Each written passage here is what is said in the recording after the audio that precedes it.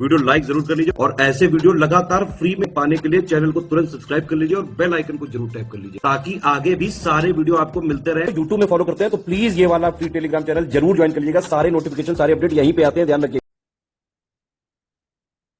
Hello everyone, welcome you all to study for civil services. और आज हम लोग जनवरी मंथ की लास्ट जो करंट अफेयर्स हैं सिर्फ उसी को स्टार्ट करेंगे।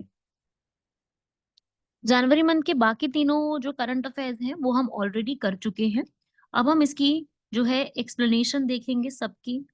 देखते हैं भाई, सबसे पहले अगर आपको इसकी पीडीएफ चाहिए होगी तो ये है हमारे नंबर। इस पे आप कॉल करके कभी भी पीडीएफ यहाँ पे ले सकते हो। ठीक है, ये नंबर आपको हेल्पफुल रहेंगे अगर आपको पीडीएफ वगैरह चाहिए तो। बाकी आते हैं हमारे इम्पोर्टेंट डेज की। भाई क्या क्या इम्पोर्टेंट डेज बन सकते हैं, क्या क्या किस किस से सवाल आ सकता है। तो सबसे पहला डे जो आप यहाँ पे देख भी रहे हो कौन सा है, पराक्रम दिवस। Very very very important. पराक्रम दिवस क्यों मनाया जाता है? क्योंकि इस दिन सुभाष चंद्र बोस, जिनको प्यार से नेताजी बोला जाता है, उनका जन्म दिवस आता है। अब हम थोड़े से उनके बारे में भी फैक्ट्स देखेंगे। सुभाष चंद्र बोस, जिनका जन्म आपको पता है कलकत्ता में हुआ था, एक सिविल सर्वेंट थे। विवेकानंद से बहुत इंस्पायर थे, उनको अपने स्पिरिचुअल आध्यात्मिक गुरु मानते थे, जबकि राजनीतिक गुरु वो अपने चित्तरंजन दास को मानते थे। ये दास जो है चित्तरंजन दास के न्यूज़पेपर फॉरवर्ड के लिए एडिटर का काम भी कर चुके हैं। इसको आप रीड कीजिए यहाँ पर।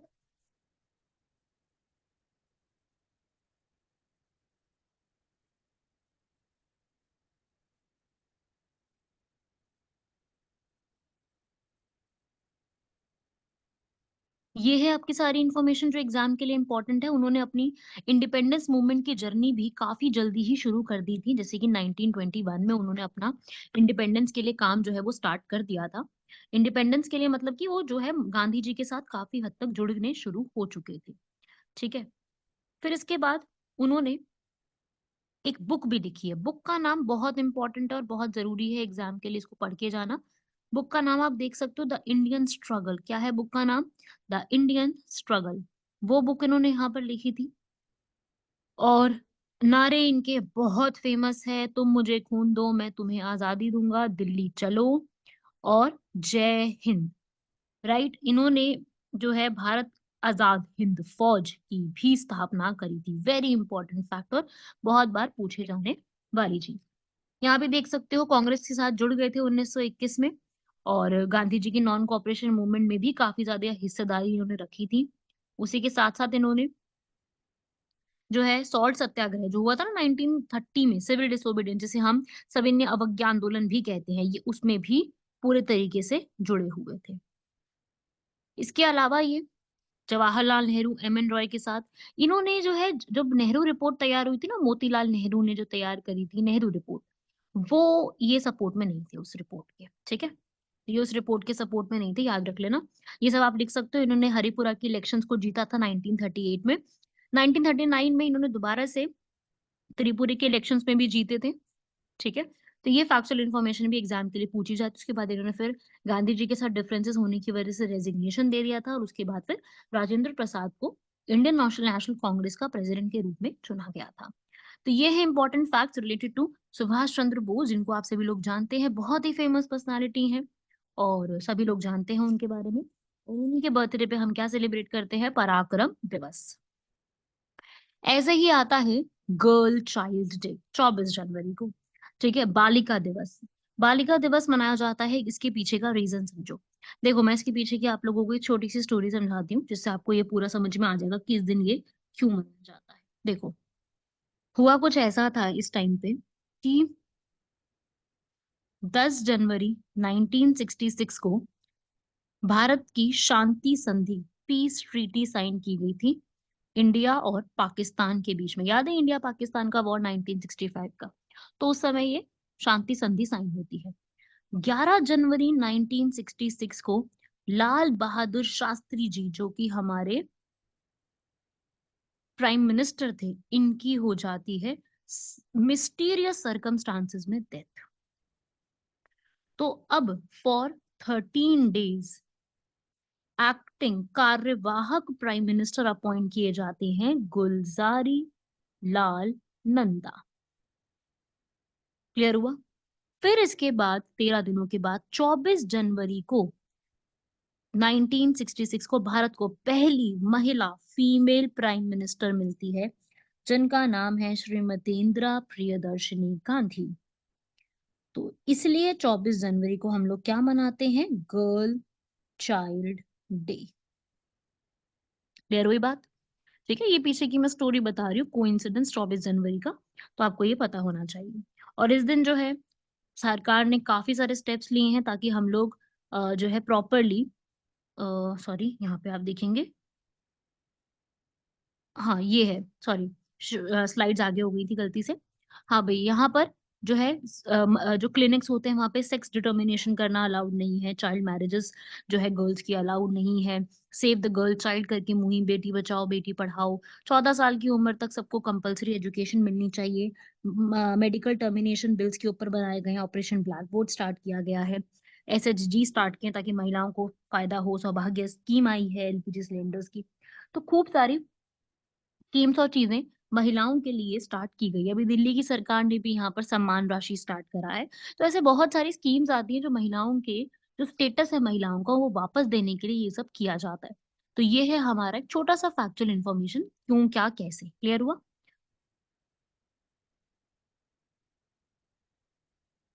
बढ़ते हैं नेक्स्ट इंपॉर्टेंट इन्फॉर्मेशन पर। भारत में आपको पता है भारत रत्न दिया जाता है। तो भारत रत्न इस बार का किस किस को दिया जा रहा है? एक तो है LK Advani ji, MS Swaminathan, green revolution हरित क्रांति के जनक। एक है कर्पूरी ठाकुर, साहब में स्पेलिंग देखेंगे, बिहार के चीफ मिनिस्टर हुआ करते थे।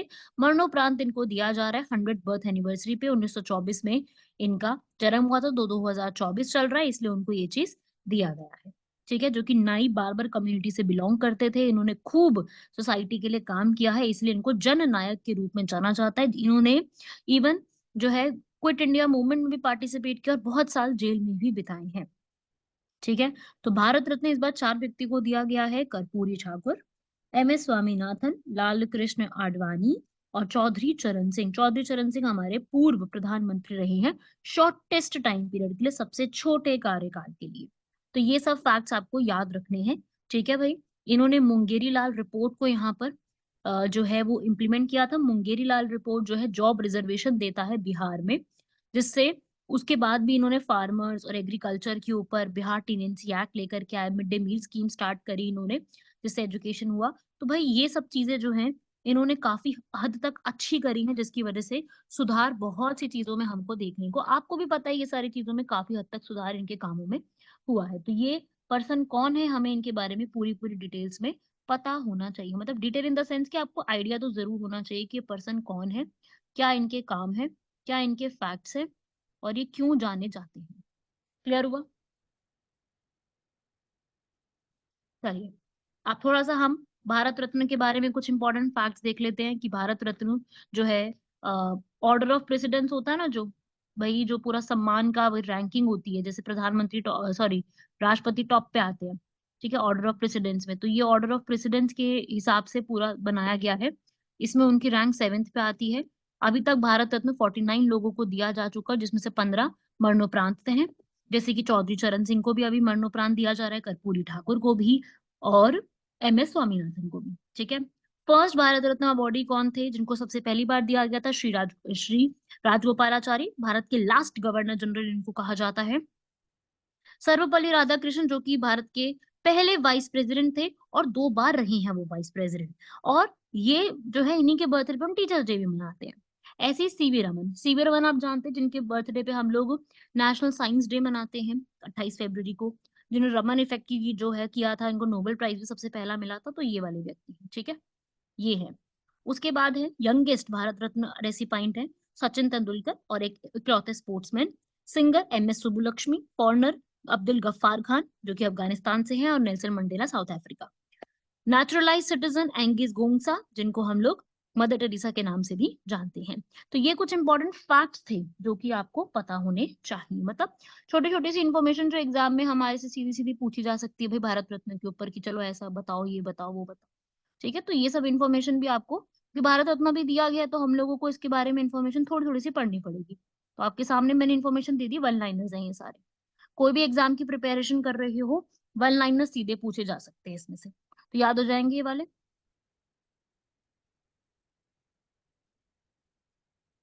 बड़े भाई आगे अगली इंफॉर्मेशन पे। अगला है भाई आर्टिकल सीरम इंस्टीट्यूट के ऊपर ही। सीरम इंस्टीट्यूट अभी पूरे वर्ल्ड का सेपी नेटवर्क को ज्वाइन करने वाला है। ठीक है, सेपी क्या है? ग्लोबल साउथ का वैक्सीन उत्पादकों का एक प्रॉपर है, जिसने जो है नई वैक्सीन्स बनाई है, नए नए इन्फेक्शन पे काम किया है 3 महीने के अंदर अंदर, है ना, पूरी वैक्सीन का तैयार करना, डिजीजेस के बारे में देखना। उसके लिए जो है यहाँ पर इनको जो है वो ज्वाइन करवाया गया है, ताकि और भी ज्यादा जो है वैक्सीन को तेजी से प्रोडक्शन उसकी की जा सके। ठीक है, तो छोटा सा आर्टिकल था भाई सीरम इंस्टीट्यूट के ऊपर। आप सभी लोग सीरम इंस्टीट्यूट के बारे में जानते हैं, काफी ज्यादा जब फेमस भी हुआ था कोविड के समय, है ना, काफी ज्यादा उस टाइम पे इसकी लहर हुई थी, जो कि पुणे में है इसके हेडक्वार्टर्स, महाराष्ट्र में। ठीक है, ये 1996 में बना था। लार्जेस्ट मैन्युफैक्चरर जिसको बनाने वाले साइरस पूनावाला, इन्होंने इसको जो है वो स्टार्ट करवाया था। प्राइवेट कंपनी है। ठीक है, कोविड की इन्होंने स्टार्ट करी थी, और कोविशील्ड इन्होंने डेवलप करी थी।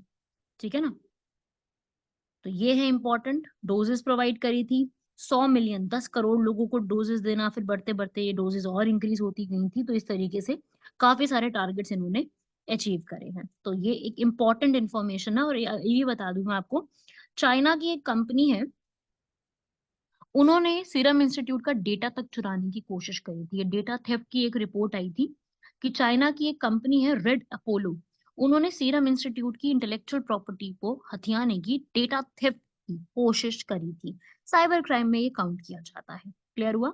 चलिए अगले आर्टिकल पे बढ़ते हैं। उड़ीसा गवर्नमेंट ने ये बोला है कि एक एलिफेंट्स का नाम है कुमकी एलिफेंट्स।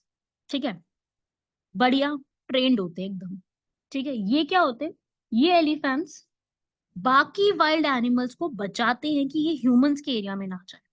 तो वाइल्ड लाइफ की कंजर्वेशन में कुमकी एलिफेंट्स काफी बड़ा रोल प्ले करते हैं। तो ये कुमकी एलिफेंट्स अभी उड़ीसा गवर्नमेंट ने तमिलनाडु को बोला है कि आपके यहाँ तो हैं ये कुमकी एलिफेंट्स, तो इनको आप लोग, ठीक है, अभी थोड़ा सा ना दिक्कत हो सकती है कि कई बार स्लाइड आगे हो सकती है, थोड़ा सा इशू हो गया अभी स्लाइड इस पीपीटी में, तो आप थोड़ा सा सपोर्ट कीजिएगा इसको। मैं आपको वैसे समझाती जा रही हूँ सारी चीज।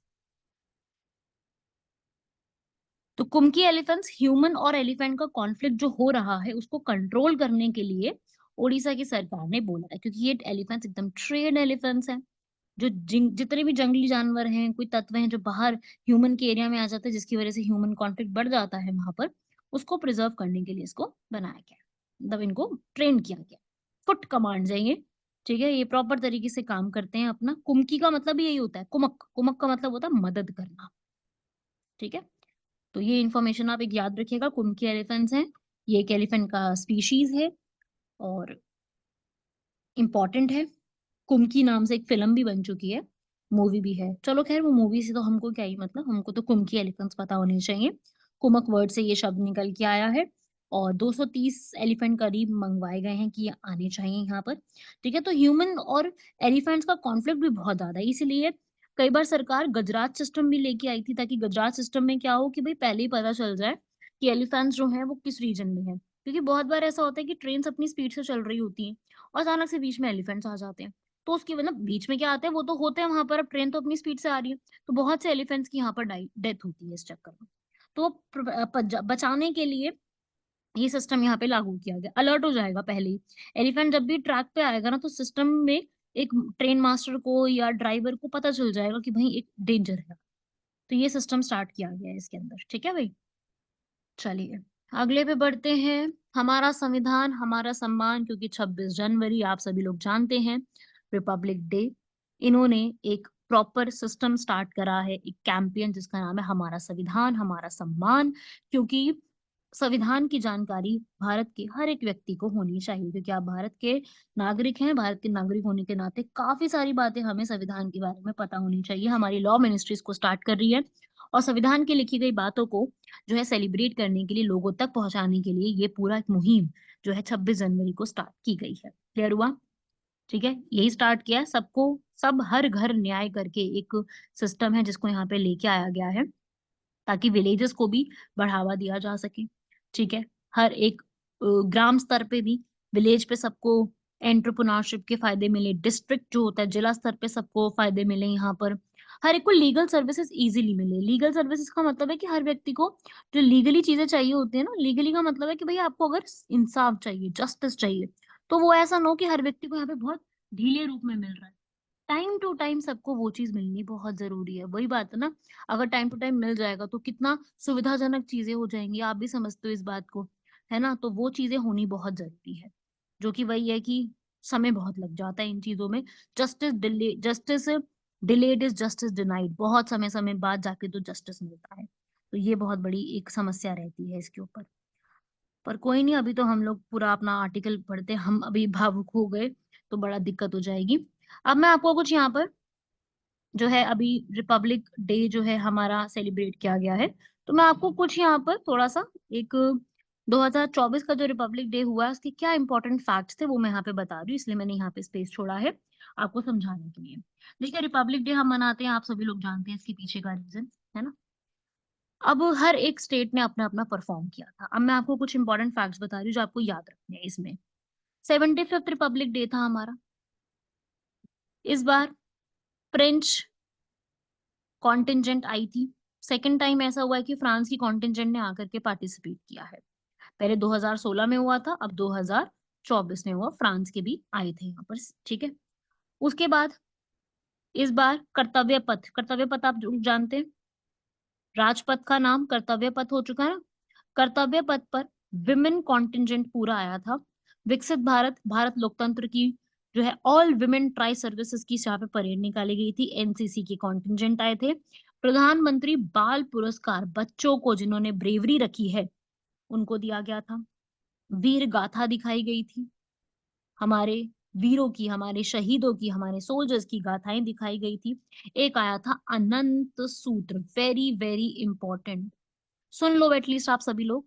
अनंत सूत्र ये था कि भाई पूरे इंडिया के जितने भी यूनिक इंस्टॉलेशंस हैं जिसमें हमारी इंडिया की टेक्सटाइल इंडस्ट्री दिखती है, टेक्सटाइल का मतलब है कपड़ों की इंडस्ट्री दिखती है, अनंत सूत्र मतलब अनंत मतलब अनगिनत, अनगिनत सूत्र यहाँ पे दिखाए गए थे जिसमें हमारी साड़ी, सूट, सारी जगह की एम्ब्रॉयडरी, आर्ट, विमेन, वो सब यहाँ पर शोकेस की गई थी, ठीक है? फिर उसके बाद यहाँ पर डीआरडीओ भी यहाँ पर जो है उन्होंने भी अपनी शोकेस करी थी कि उन्होंने किस किस तरीके की सैटेलाइट्स और मिसाइल्स वगैरह को लॉन्च करा है, ठीक है? और आर्मी का भी पूरा टैब्ल्यू आया था। भारत ने सागरमाला प्रोजेक्ट, नारी शक्ति प्रोजेक्ट को वहां पर शोकेस किया था। जो पर्पल रेवोल्यूशन हम लोगों ने स्टार्ट करा है लैवेंडर प्रोडक्शन में, उसको दिखाया गया। एक ऐसा टैब्ल्यू आया, झांकी आई, जिसके अंदर चंद्रयान 3 का स्पेसक्राफ्ट, आदित्य L1 मिशन, वो सब दिखाया गया। और हर जगह से कुछ ना कुछ इंपॉर्टेंट दिखाया था हर स्टेट का। अब जैसे मैं एक आपको स्टेट बताना चाहूंगी, मैं मणिपुर, क्यों? क्योंकि इसके लिए बहुत इंपॉर्टेंट है। मणिपुर में जो है ऑल विमेन एक मार्केट दिखाई गई थी, ईमा केथल करके। ये एक मार्केट है जो कि सिर्फ महिलाएं चलाती हैं मणिपुर में। वो यहाँ पे आई थी, वहां की फीमेल्स यहाँ पे पहुंची थी। मदर मार्केट कहा जाता है इसको, ठीक है? इन्होंने यहाँ पर एक इयोंग करके एक अपना शॉल भी है, लूम कहते हैं उसको, वो भी यहाँ पे शोकेस किया था। तो ये बहुत इंपॉर्टेंट फैक्ट है, इससे पूछा जाता है। ये इयोंग तो मेरे को ऐसा लगता है कि बहुत बड़ा क्वेश्चन है, पूछा जा सकता है, ठीक है? मध्य प्रदेश में दिखाया था कि भाई हमारे यहाँ से रेवा डिस्ट्रिक्ट की पहली women pilot, fighter pilot in air force की अवनी चतुर्वेदी, उनको भी यहाँ पर जो है वो फीचर किया गया था। उसके बाद लद्दाख में भी दिखाया गया, उमलिंगला पास के ऊपर दिखाया गया। उड़ीसा में भी जो है कोणार्क टेम्पल का दिखाया गया। राजस्थान का घूमर डांस दिखाया गया भील ट्राइब का। मीराबाई जो है उनका स्टैचू लगा के काफी सारा उनके बताया गया कि वो किस प्रकार से कृष्ण भगवान से प्रेम किया करती थी। उत्तर प्रदेश से मैं बता दूं, क्योंकि काफी बच्चे मेरे उत्तर प्रदेश से सुन रहे होंगे, वहां पर अयोध्या, रामलला जो है उनका यहाँ पर भगवान श्री राम के ऊपर दिखाया गया था। और ये भी बताया कि उत्तर प्रदेश में वर्ल्ड का चौथा लार्जेस्ट इंटरनेशनल एयरपोर्ट जेवर एयरपोर्ट नोएडा में बनाया जा रहा है, ठीक है? उसके बाद गुजरात में भी दिखाया गया ढोरडो, क्योंकि ढोरडो विलेज वो है जो कि अभी वर्ल्ड के टूरिस्ट एयरपोर्ट में काउंट किया गया। सुना था ना आपने ढोडो विलेज, काफी न्यूज में रहा था, तो उसको शोकेस यहाँ पे किया गया ढोडो विलेज को। उसके बाद हरियाणा से भी मेरा परिवार मेरी पहचान करके दिखाया गया। तो हर जगह पे कुछ ना कुछ ये चीज सेलिब्रेशन दिखाई गई, इसलिए ये एक इम्पोर्टेंट फैक्ट बन जाता है। क्लियर हुआ? ये सारे फैक्ट्स आप लोगों से डायरेक्टली पूछे जा सकते हैं, कहाँ पे क्या हुआ था।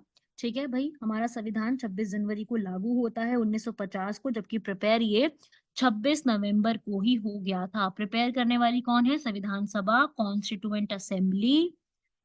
अब आप लोगों से एक सवाल, भाई हमारी कॉन्स्टिट्यूएंट असेंबली संविधान सभा में कितनी महिलाएं थी? जितने भी मेंबर्स थे उसमें महिलाएं थी 15। हो सकता है आप में से कईयों को ये नाम पता होंगे 15 की, पर कौन सी 15 थी ये बहुत कम बच्चों को पता होगा, इसलिए मैं चाहती हूँ कि आप एक बार उन 15 के नाम लिखो। कुछ तो मैं लिख देती हूँ, बाकी वाले आप लिखेंगे कमेंट बॉक्स में। 5 तो मैं लिख ही देती हूँ। सरोजनी नायडू, हंसा मेहता, उषा मेहता नहीं है, Usha Mehta quit India movement थी, कई बच्चों को कंफ्यूजन हो जाती है इसलिए बता रही हूँ। हंसा मेहता अलग है। महारानी अमृता कौर, अमृता कौर वही है जो कि भारत की पहली हेल्थ मिनिस्टर भी बनी थी, पहली महिला मिनिस्टर भी बनी थी। एम्स की स्थापना भी इन्होंने ही करवाई थी, all India institute of medical science भी इन्होंने ही स्थापित करवाई थी। फिर इसके बाद एनी, अब आप सोच रहे हो एनी के बाद तो बेसेंटी है, आपको लगेगा मैम बेसेंटी लिखेंगी, पर ऐसा नहीं है। एनी मैसेक्रीन ये थी। दुर्गाबाई देशमुख, चाहूं तो मैं 15 भी लिख दूं, पर मैं चाहती हूँ कि आधा आधा कर लेते हैं काम। आधी मैं लिख देती हूँ, आधे आप लिखो, ठीक है, बैलेंस करते हैं, है ना। इससे इस तरीके से क्या होगा, आपको भी याद होनी शुरू हो जाएंगी, आपको भी जो है धीरे धीरे करके कॉन्स्टिट्यूएंट असेंबली की सारी फीमेल्स याद हो जाएंगी, बिकॉज मुझे ऐसा लगता है कि ये सवाल बहुत इंपॉर्टेंट है, मतलब मुझे ऐसा फील होता है। उसके बाद विजय लक्ष्मी पंडित थी। विजय लक्ष्मी पंडित कौन है? ये है जवाहरलाल नेहरू जी की सिस्टर, बहन है उनकी। उसके बाद एक और नाम मैं लिख रही हूँ, ओनली मुस्लिम फीमेल बेगम ऐजाज रसूल। ये ओनली फीमेल है, ठीक है भाई, मतलब मुस्लिम फीमेल है। बचे हुए 7 8 के नाम जो है अब वो आप लिखेंगे, ठीक है। अब मैंने ये नाम लिख दिए, अब बाकी के बचे हुए अब आप लिखेंगे। इनको आपने लर्न भी करना है, केवल लिखना ही नहीं है, इनको लिख करके छोड़ दो भाई, ऐसा मत करना। पूरा पूरा लिखना है, इनको पूरा पूरा लर्न भी करना धीरे धीरे करके कि भाई कौन है, क्या है, नाम वाम क्या है इनके। ठीक है भाई, तो ये थे हमारे आज के सारे इंपॉर्टेंट करंट अफेयर्स, आप देख सकते हो। आपने आज की क्लास में पहला तो सीखा पराक्रम दिवस, सुभाष चंद्र बोस के बारे में सारे important facts, girl child day क्यों मनाते हैं उसके पीछे की स्टोरी। फिर आपने सुभाष चंद्र बोस के बारे में सारी चीजें, उनकी बुक का नाम याद रखिएगा, उनके न्यूज़पेपर का नाम याद रखिएगा। उसके बाद जो है हम लोगों ने भारत रत्न के बारे में चीजें पढ़ी, भारत रत्न कर्पूरी ठाकुर और किन किन को दिया गया है, सारी चीजें, सारे फैक्ट्स वगैरह सब कुछ पढ़े हैं। ठीक है भाई, उसके बाद मुंगेरी लाल कमीशन अब याद हो जाएगी, रिपोर्ट किससे जुड़ी हुई है, मुंगेरी लाल कमीशन रिपोर्ट किससे जुड़ी हुई है, क्या फैक्ट्स है वो भी आपको याद रखने हैं। उसके बाद सीरम इंस्टीट्यूट के बारे में कुछ कुछ छोटे छोटे से फैक्ट्स पढ़े थे हम लोगों ने और कुछ इंपॉर्टेंट चीजें देखी थी। फिर कुमकी एलिफेंट्स याद है, कुमकी एलिफेंट्स वेरी इंपॉर्टेंट, कुमकी एलिफेंट सीधा सीधा क्वेश्चन आता है, कुमकी एलिफेंट्स जो है वो क्या उनका रोल है, क्या इंपॉर्टेंस है, वगैरह वगैरह, ये सब पूछा जाता है डायरेक्टली। फिर हम लोगों ने सारा कुछ कॉन्स्टिट्यूशन के बारे में देखा, इस बार के रिपब्लिक डे के बारे में भी सारे फैक्ट्स पढ़े, प्लस हम लोगों ने ये भी देखा कि जो है कॉन्स्टिट्यूएंट असेंबली के भी कुछ इंपॉर्टेंट फैक्ट्स। तो इस तरीके से आपकी ये पूरी होती है कंप्लीट, ये वाली पूरी कंप्लीट कीजिएगा। कैसा लगा लेक्चर जरूर आप लोग बताइएगा, और आपको अगर इस लेक्चर से कुछ भी सीखने को मिला है तो कमेंट बॉक्स में बिल्कुल आप जो है मैसेज करने से पहले हिचकिचाइएगा नहीं, जो आपको अच्छा लगा वो आप जरूर बताइएगा, ठीक है। कंप्लीट कीजिएगा, मिलते हैं आप सभी लोगों से नेक्स्ट लेक्चर में, तब तक के लिए धन्यवाद, शुक्रिया, जय हिंद।